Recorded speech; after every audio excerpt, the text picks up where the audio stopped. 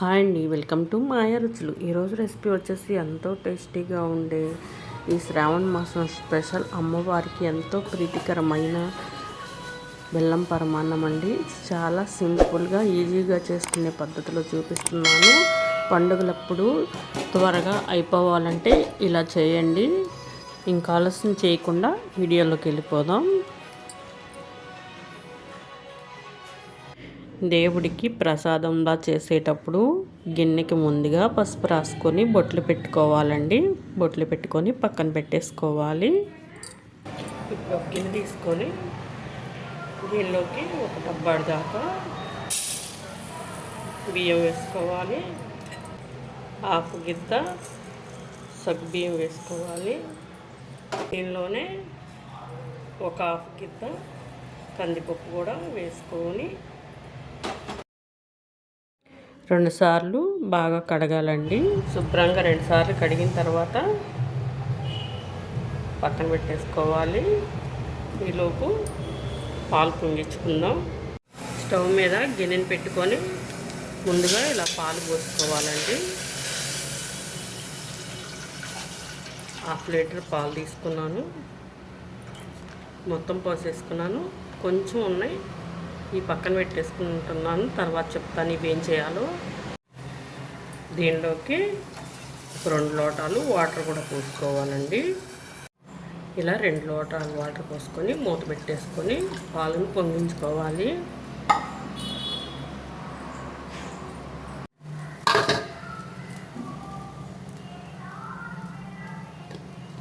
పాలు ఇలా పొంగిన తర్వాత 2 నిమిషాలు మరగనివ్వాలండి. పాలు 2 నిమిషాలు కాగిన తర్వాత ఇప్పుడు ముందుగా కడిగి పక్కన పెట్టుకున్న బియ్యం, సగ్గు బియ్యం, కందిపప్పు ఇవన్నీ వేసేసుకోవాలి.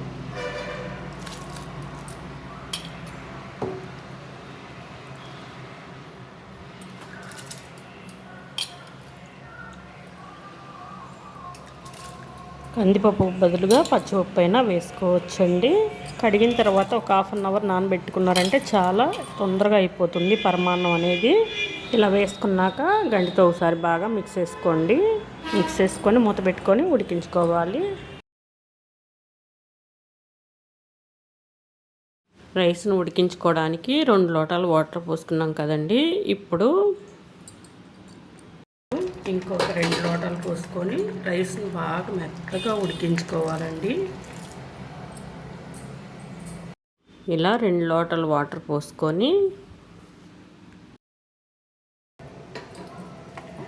గంట ఒకసారి బాగా మిక్స్ చేసుకొని ఫ్లేమ్ హైలో పెట్టుకొని ఉడికించుకోవాలండి. ఉడుకు పట్టిన తర్వాత మీడియం ఫ్లేమ్లోకి చేసుకొని ఉడికించుకోవాలి.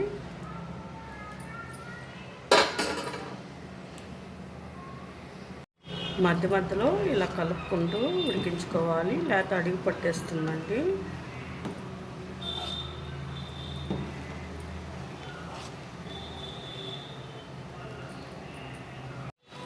చూడండి, మనం పోసిన 2 లోటాల వాటర్ కూడా ఇలా దగ్గరికి ఎగిరిపోయి రైస్ అంతా బాగా ఇలా మెత్తగా ఉడికిపోవాలి. ఇప్పుడు దీనిలోకి మనం వేసుకున్న డబ్బా బియ్యంలోకి 300 గ్రాముల బెల్లం కరెక్ట్గా సరిపోతుందండి. బెల్లం కూడా వేసుకొని గంటితో మెల్లగా మిక్స్ చేసుకుంటూ బెల్లం కరిగేదాకా ఉడికించుకోవాలి. ఈ బెల్లం అంతా ఇలా బాగా కలిసేలాగా మిక్స్ చేసుకొని ఉడికించుకోవాలి.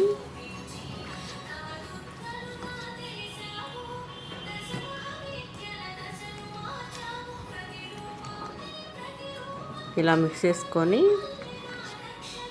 మూత పెట్టేసుకొని 2 నిమిషాలు వదిలేస్తే బెల్లం అంతా కరిగిపోతుందండి.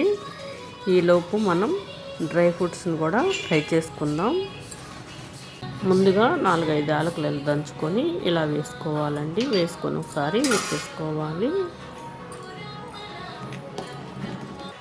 డ్రై ఫ్రూట్స్ని ఫ్రై వేసుకునే ముందుగా పక్కకు తీసి పెట్టిన పాలని పోసుకొని ఇలా మిక్స్ చేసుకోవాలండి. పరమాన్నం అనేది గట్టి పడకుండా లూజుగా చాలా బాగుంటుంది.